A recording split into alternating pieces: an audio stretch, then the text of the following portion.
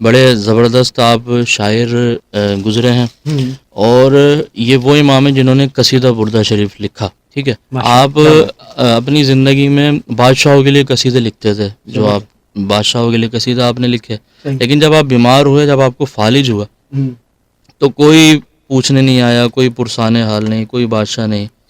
تو آپ نے بادشاہوں کے بادشاہ امام الانبیاء صلی اللہ علیہ وسلم کی شان میں قصیدہ لکھا.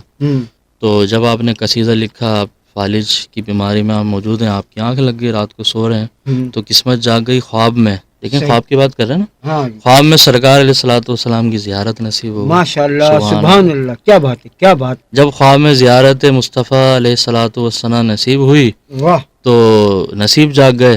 سرکار نے فرمایا کہ اے بصیری، وہ قصیدہ سنائیے جو رات کو آپ نے لکھا ہے.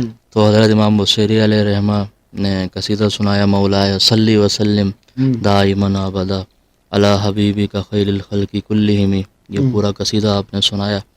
جب قصیدہ سنایا تو سرکار علیہ الصلوۃ والسلام خوش ہوئے، اور تحفتاً آپ کو اپنی چادر عطا فرمائی. بردہ عربی میں چادر کو کہا جاتا ہے، جس کی وجہ سے اس نام اس شاعری کا نام قصیدہ بردہ شریف رکھا گیا. چادر آپ نے عطا فرمائی، اور آپ نے آپ کے جسم پر، حضرت امام بصیری علیہ رحمہ کے جسم اطہر پر سرکار علیہ الصلوۃ والسلام نے اپنا دست مبارک، دست ایمن جب لگایا تو آپ کو شفا نصیب ہوئی، اور فالج آپ کا جاتا رہا. یہ سرکار علیہ الصلوۃ والسلام کی ایک عطا ہے، ایک مہربانی ہے، ایک تحفہ ہے آپ کے لیے. پھر آپ فرماتے ہیں جب میری صبح آنکھ کھلی تو میں بالکل ٹھیک تھا، فالج میرا جا چکا تھا، اور وہی چادر جو سرکار نے مجھے عطا فرمائی تھی خواب میں، وہ جب میں اٹھا تو میرے کندھوں پر وہ چادر ڈلی ہوئی تھی. کیا بات ہے، سبحان اللہ، ماشاءاللہ، تو سبحان اللہ، سبحان اللہ. یہ بھی ایک خواب ہے، اللہ جسے عطا فرما دے. پھر آپ فرماتے ہیں جب میں صحیح حالت میں باہر نکلا تو مجھے راستے میں ایک درویش ملا، اور کہتا ہے کہ بصیری وہ قصیدہ تو سنائیے. آپ حیرت میں آ جاتے ہیں. آپ فرماتے ہیں کہ میں نے وہ قصیدہ رات کو ہی تو لکھا تھا اور کسی کو سنایا بھی نہیں ہے، صرف سرکار علیہ الصلوۃ والسلام کو صرف میں نے سنایا ہے. تو جب آپ حیرت میں آتے ہیں تو آپ کہتے ہیں کہ جناب کون سا قصیدہ؟ تو وہ درویش کہتے ہیں کہ بصیری بنو مت وہی قصیدہ جو رات کو سرکار علیہ الصلوۃ والسلام کو آپ نے سنایا، ماشاءاللہ، وہی آپ سبحان سنا اللہ، دیجیے. سبحان اللہ. تو یہ بس محبت کی باتیں ہیں. اور دیکھیں خواب جو ہے، نبی پاک علیہ الصلوۃ والسلام کو اگر کوئی خواب میں دیکھے تو اس کا کیا معاملہ ہوتا ہے.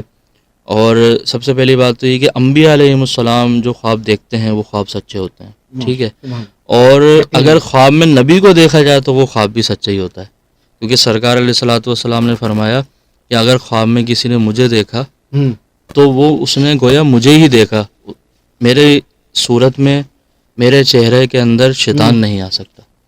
نبی پاک علیہ الصلوۃ والسلام کو اگر کسی نے دیکھا ہے خواب میں تو یقیناً سرکار علیہ الصلوۃ والسلام کو ہی دیکھا ہے. تو جناب یہ ہے خواب کی حقیقت. بالکل جناب، آپ اگر خواب کی حقیقت کے بارے میں جاننا چاہتے ہیں تو آپ ہمیں ہمارے نمبر پر، ہمارے فیس بک پیج پر میسیج کیجیے. ہم آپ کو بتائیں گے خواب کے حوالے سے.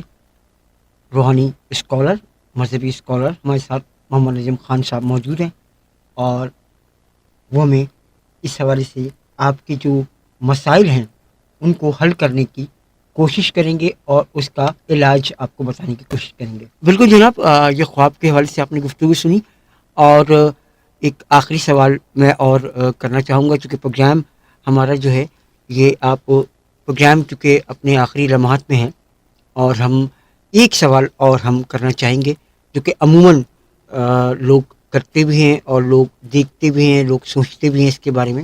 نجم صاحب یہ بتائیے گا کہ اکثر دیکھا گیا ہے، خواتین خاص طور پر اس کو زیادہ سیریس لیتی ہیں، یا بہت سارے مرد حضرات بھی لیتے ہیں، کہ بلی راستہ کاٹ جائے، اگر آپ کہیں جا رہے ہیں بلی راستہ کاٹ جائے تو کیا یہ اس کی کوئی حقیقت ہے مذہبی طور پر، یا علم کی کمی سمجھیں گے آپ کے علم کی کمی کی وجہ سے بھی لوگ اس طرح کی گفتگو کرتے ہیں؟